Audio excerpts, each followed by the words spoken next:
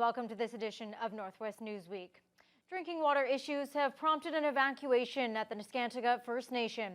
The remote community has been on a boil water advisory since 1995, and now a slick sheen on top of the water in the treatment plant has forced the shutdown of all water going to community homes. Troy Charles reports. Early Monday morning, workers at the Neskantaga water treatment facility noticed an oily sheen atop the water coming from their reservoir. As a result, the water was completely shut off to the community, and their chief is now tweeting that he has to evacuate the elderly, infants, and the most vulnerable. A water service technician and environmental health officer from Matawa First Nations were on hand to sample the water. That sample will come back to a lab in Thunder Bay where they will try and determine the substance and cause.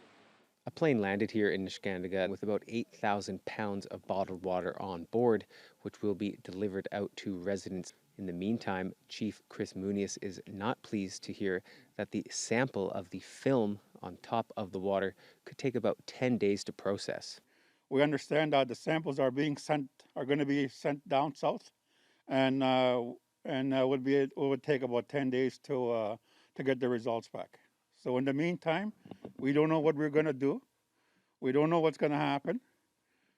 Will the water stay shut down is a question, and which more likely will be. And we may have to consider different solutions.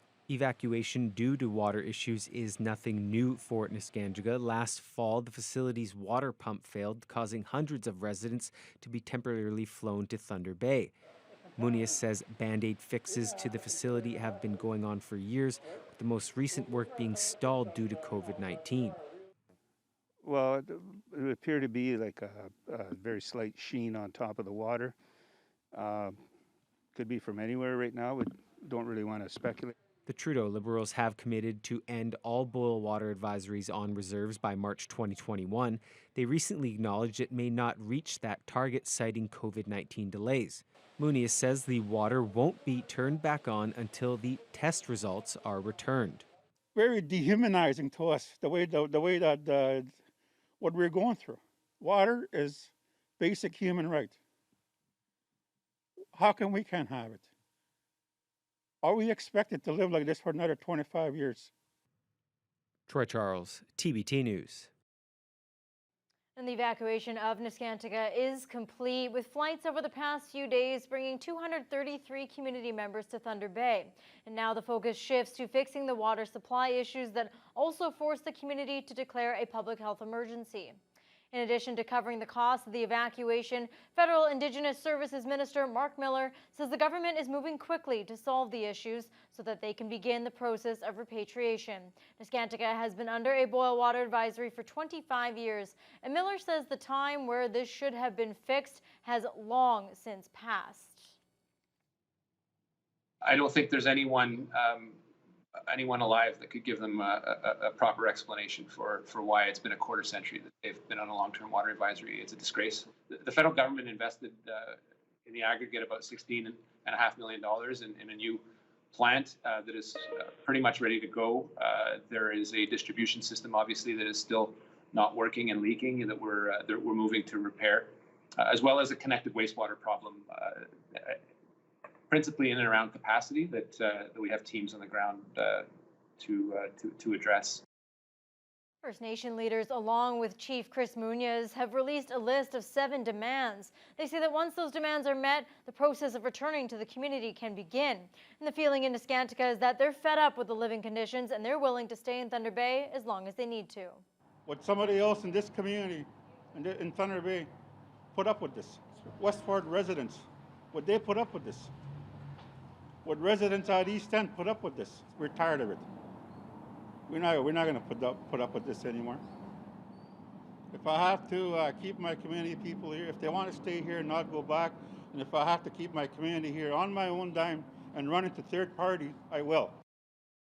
On Friday, preliminary test results from the water plant on the Niskantika First Nation came back and revealed high levels of hydrocarbons. More tests are being ordered to help better understand what caused the oil-like film to appear on the community's water supply. The do not consume water advisory will remain in effect while the follow-up testing is carried out. OPP are blaming slippery, slush-covered highways for a crash that took the life of a Manitouwadge man. 22-year-old Kobe Roshan was pronounced dead on scene after an early morning accident last Friday. The incident occurred 33 kilometers south of Manitouwadge on Highway 614. Police say there were others in the vehicle at the time who were taken to Manitouwadge Hospital for treatment.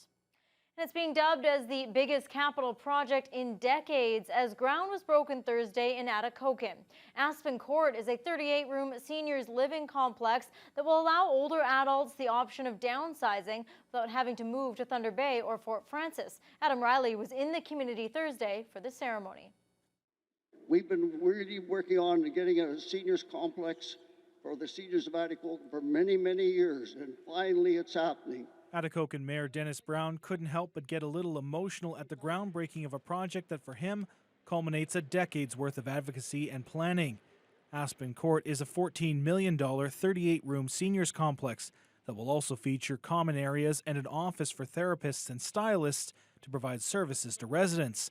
Brown says while he and members of council wanted the facility built, there was just too much money involved for the town to do it themselves. Because we have enough debt, so we were prepared to help out and everything like that. But when it came time to getting the money, we just didn't have that because we have enough debt in Atikokan. So that's why we were able to work with community living and get it done that way. Brown notes the project is bringing some money to the community, as around 60 jobs are directly related to construction of Aspen Court, which is being done by CGV Developments. That company is no stranger to northwestern Ontario. In 2018, the company cut the ribbon on Marathon's Peninsula Manor, which has a similar layout to that of Aspen Court. Funding for the project is coming through the National Housing Strategy, which Jim Turner, the executive director of Community Living Atikokan, says is a big help. The groundbreaking ceremony was also used as a kickoff for a $200,000 fundraising drive to purchase furniture and appliances for the facility, which received a $25,000 head start from 3 local employers: Ontario Power Generation, Resolute Forest Products, and M&C Motors. Turner says he is grateful for the support and is encouraging the community to get involved. That's a great start to the campaign. We're so thankful to our donors. We've had others get in touch with us with questions, and so we're hoping, to be getting calls from them in the coming days. But we really need the community to step up as well to make this a reality. And every donation will help. The smallest donation will make a big difference. With the physical work on the site and the fundraising campaign now well underway, Turner says he's excited to see what will transpire over the next 13 to 14 months. As is expected, he and many others will be back here at the end of 2021 when they cut the ribbon on the brand new Aspen Court. Adam Riley, TBT News. The province's Special Investigation Unit has launched a probe following the death of a man while in the custody of Atikokan OPP. The 37-year-old was spotted in Atikokan Sunday evening in violation of his parole conditions and was transported to jail following a brief struggle. Later that evening, the prisoner went into medical distress and was taken to hospital where he was pronounced dead. The SIU invokes its mandate in any situation where there is a death, serious injury, or any allegation of sexual assault during an interaction with police. The Northwestern Health Unit reported 2 new cases of COVID-19 in Kenora this week. Both cases are women, one in their 30s, the other in her 20s. Meanwhile, the Thunder Bay District Health Unit reported 4 cases Friday. That's the largest one-day bump in Thunder Bay's local numbers since the height of the first wave back in April. And this brings the total case count in our area to 114. Of the 4 new cases, 1 was contracted through travel, while another was through close contact with someone who was already infected. It's still unknown how the other 2 infections occurred. All 4 are from the Thunder Bay and surrounding area and are self-isolating. Now, the health unit no longer reports the age or gender of those who test positive. The provincial database does, but not always immediately. And the District Health Unit has now reported cases 2 days in a row. This after 12 straight days with no confirmed infections. And we now know from data supplied by the province that Thursday's travel-related case was a female in her 30s. There are now 5 active cases in the district. And it might come as a surprise that there is no dedicated funding from higher levels of government to assist municipalities when it comes time to purchase new equipment for their fire departments. Adam Riley recently spoke with the mayor of Nipigon, who is hoping to see that changed after a recent upgrade cost municipal ratepayers over $300,000. Nipigon's fire department has a new tool in its inventory to assist its crews while responding to incidents in and around the community. Nipigon number 4 was recently added to the complement of vehicles, replacing an older, similarly named truck.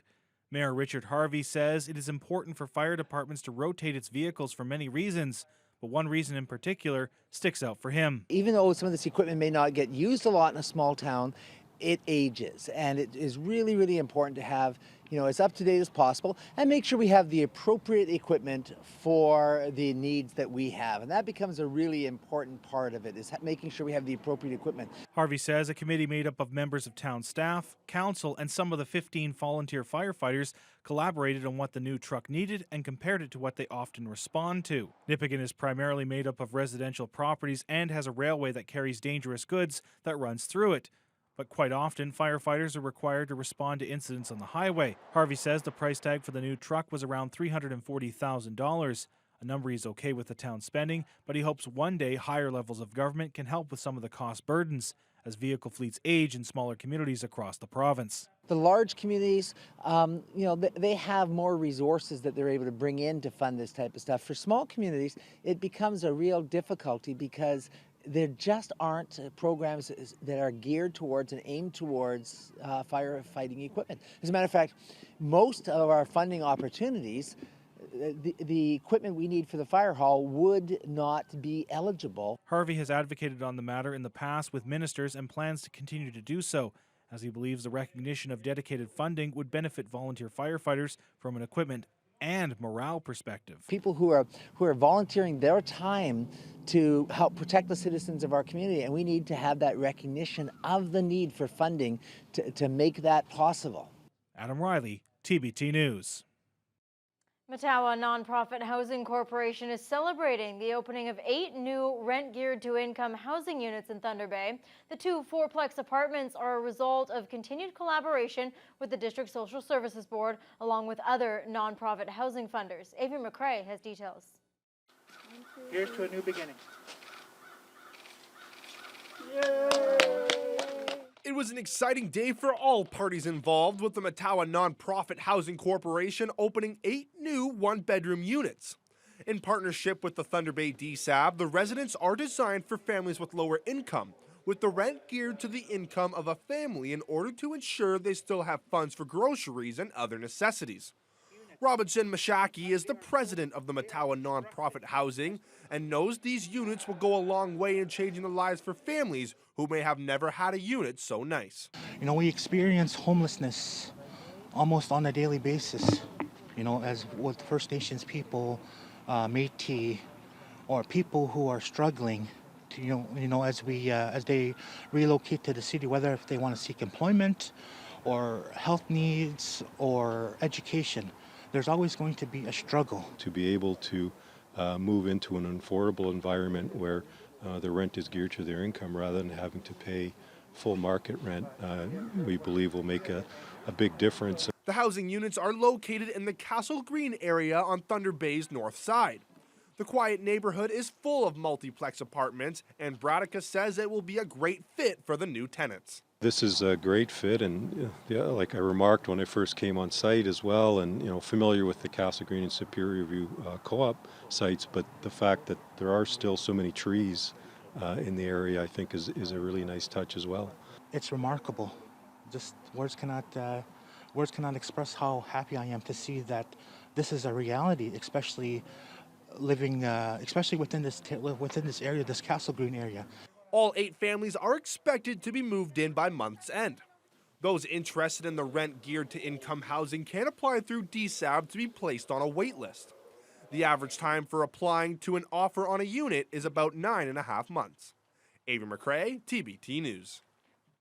When we come back, council in Fort Frances seeks answers regarding the amount of train derailments in the area.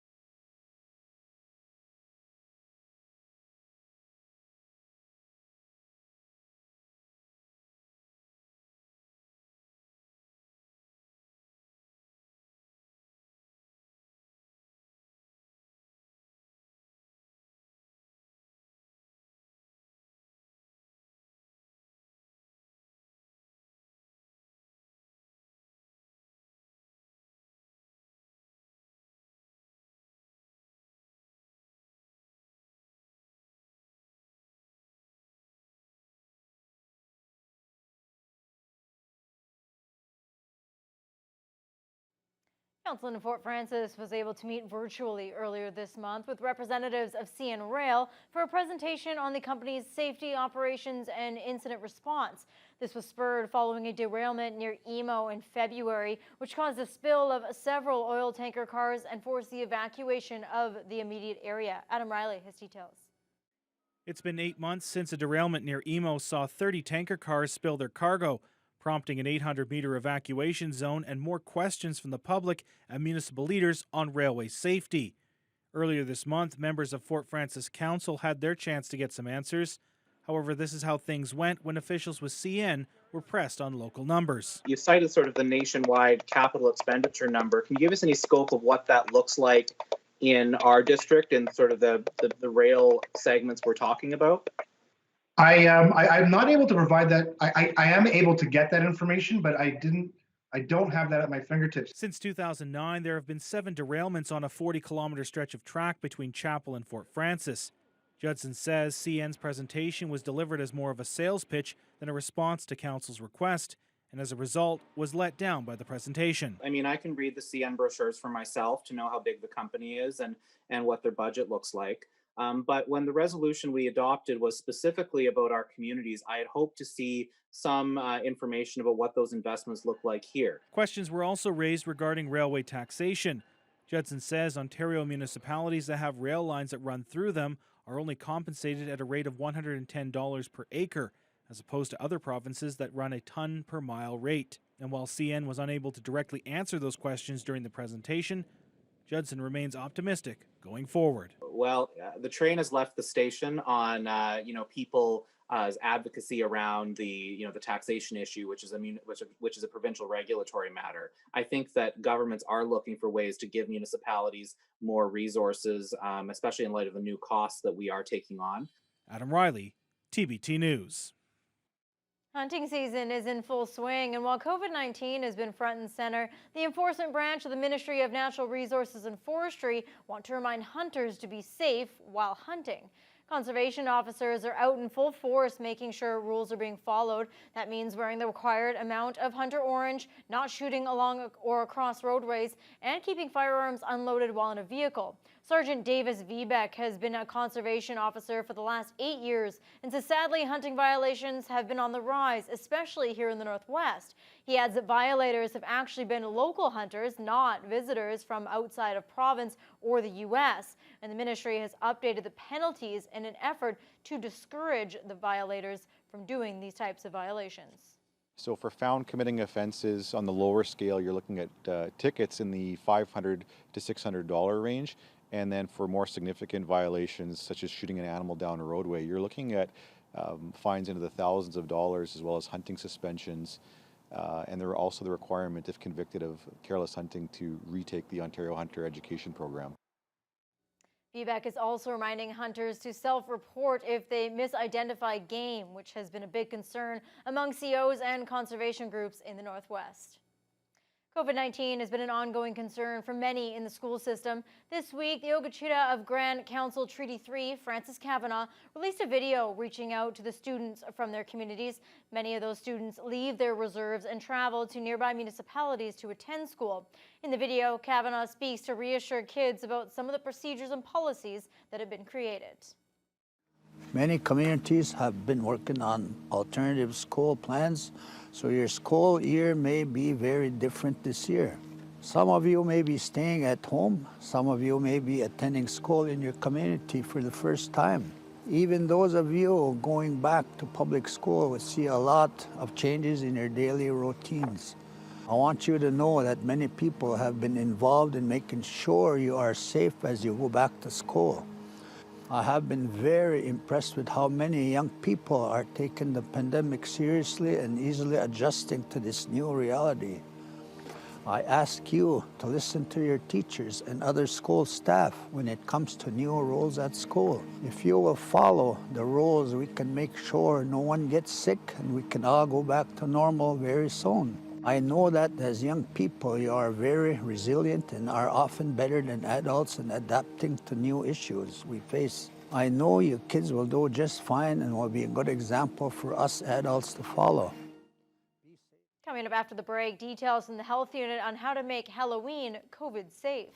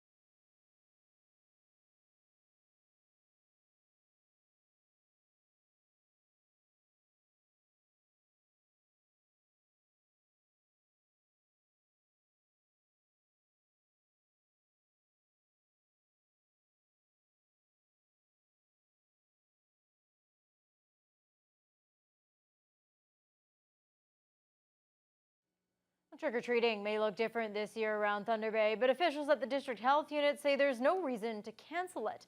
As long as a safe distance is kept between those handing out treats and those receiving them, the annual tradition will not be an issue. Kayla Karim has details.